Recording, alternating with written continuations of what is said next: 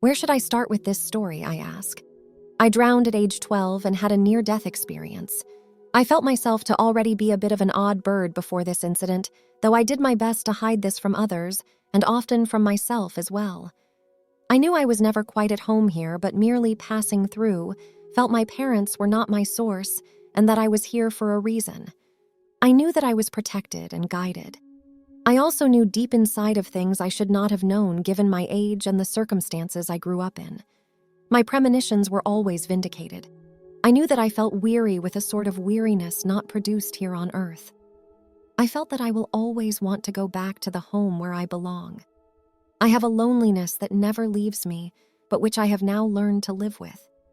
I drowned because I had just moved to the Netherlands and had not yet learned to speak or read Dutch. On a sign near the pond was written in Dutch, "No swimming." This was because of the dangerous whirlpools. Because I had grown up near the sea and also lived many years near a river. I was never afraid of water and considered myself a good swimmer. It was a warm day and I went walking with my friend Elke along the dike near Rijswijk. Once we were near the water, Elke began walking along one side. I sat down for a moment before diving in to cool off. I was hardly in the water and thought how cold and brown the Netherlands water is compared to ours. Suddenly, it seemed like someone had grabbed me by both legs and was pulling me to the bottom. I thought, there are monsters in this water. I was being pulled down and saw only how the light was gradually disappearing. I tried to swim to the surface like I had done countless times in the sea when you dive and want to come back up, but I kept going deeper, it seemed. I realized if I exhaled that would be my last breath. A voice said, "Let go." So I let go, and the panic I had felt disappeared, and a peace came over me. Next, what I saw was a body drifting submerged in the water. It was all very pleasant and peaceful, I thought, until I realized that was me. But how can this be? I'm here. Who is that then? I felt actually nothing toward my body except to say that is my packaging. Here, this is really me.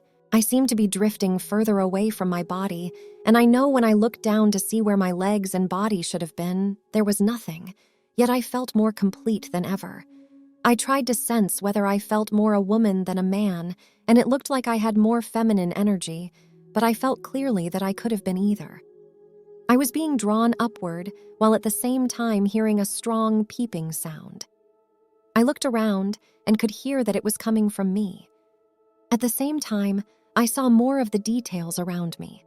I felt to the right of me a clear presence, my angel protector. While I became conscious of him, there were two shadow-like beings coming from his left to take me with them. I heard my angel say, "Leave her alone, she is one of ours." As he said that, the shadows disappeared looking angry. I was guided further upward and saw an explosion of colors. My peeping sound continued, and while I was watching the explosion of colors, slow music came from all directions. I could also see and feel everything around me at once. The music became steadily clearer, and I thought, what sort of music is this? It was namely classical music. As a child, I never listened to it. I got to hear that my tone frequency is part of the rest, and that we together produce different music in the universe each time. My protector was still present and assured me that my next trip would contain a bit less light but would be safe. And that's what happened. There was a sort of dark tunnel that changed in my life film. It was more like the pond in which I drowned. I saw, heard, and felt and experienced everything at once. I knew I was very angry and sad when I saw how heartbroken my parents would be if I didn't return home. We came through the war together, and now they will lose me in this manner. My mother would be very heartbroken. I saw this in detail, and it gave me such pain. My father would be in a quite similar state. My little brother would miss me later in life. I saw many different images of my life which actually showed me my future, people I would meet, situations I would find myself in, and things that I apparently needed to go through. I got to hear that I was an important part of my family and must help them through their soul's journey. This life overview was at once over, and I went further into the tunnel, but the tunnel became transparent. I could see the universe through it. I came to a sort of round cloud entrance, and it was very bright. I hovered there and was told that I may have a short look. I saw countless light beings standing in a sort of row, and they were having what looked like an impatient and rather serious discussion. Strangely, while I was asking myself what this was, the answer came out of myself also, as if I already knew and merely had to remember. These beings are waiting to come to Earth to help. The Earth is in need of help. As a child, I had a memory of floating above the Earth and hearing, "Help, help." I remembered then that this is what that was. I floated for a time above these light beings, but I was allowed no further. Then I heard, "We're going." At once, I was back in a sort of tunnel moving toward a place that made me feel happier the closer I got to it. Suddenly, I realized if I go there, I won't be able to come back. A voice that seemed to come from all directions said, "You're going back." I was so disappointed. I felt the love, peace, and homecoming feeling, and now I must go back. I kept saying no, but was pulled back. The following moment, I was opening my eyes underwater and heard, "Swim to the surface." I did that, and was at the surface after what seemed like only a couple of strokes. I leapt in a deafening motion out of the water and thought, what in God's name was that? Elka was standing on the bank and looked at me in a surprised and scared way. She gave me a hand signal that she had been looking for me.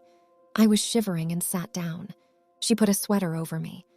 I don't know how we made it to our pensions. Walking, I know that, but it seemed like we had still not landed. I was someone else, it seemed. That feeling would remain with me for years. Because my mother was a strict mama, I didn't dare tell her what had happened. I came home and she saw that my hair was wet, so she came down on my head a bit over having gone swimming. I didn't dare go to sleep that night. I wanted to understand what had happened to me, but I was afraid I might die again, and my parents would still lose me. I could feel their remorse yet from what I had seen earlier. The following day, I awakened. I know that, and I saw this world, but through it, I also saw what I had seen in the water. I couldn't concentrate and was a bit mixed up. I asked God why he was doing this to me. I heard in reply that we will be taking away a lot of those memories because it is a bit too much for you at once, but over the course of your life, you will regain all of them. And that's what happened. I no longer saw doubled images, but normal daily life. I was already a closed book, but after this even more so. I knew my bond since childhood with God was strong and we had conversations, but this beat all that.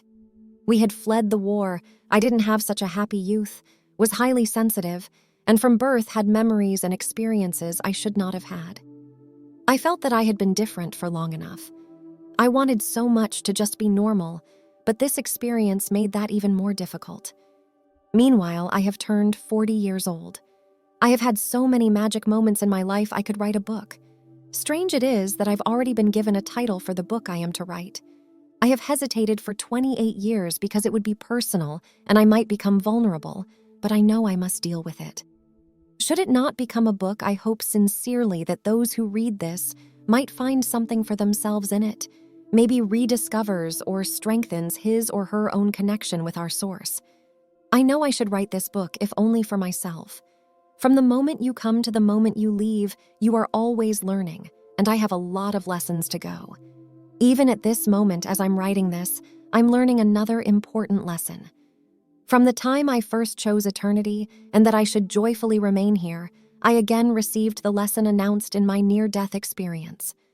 My heart is working at only 25% capacity, but I know that everything is going according to plan. That does it for today's video. Let me know what you thought about it in the comment below.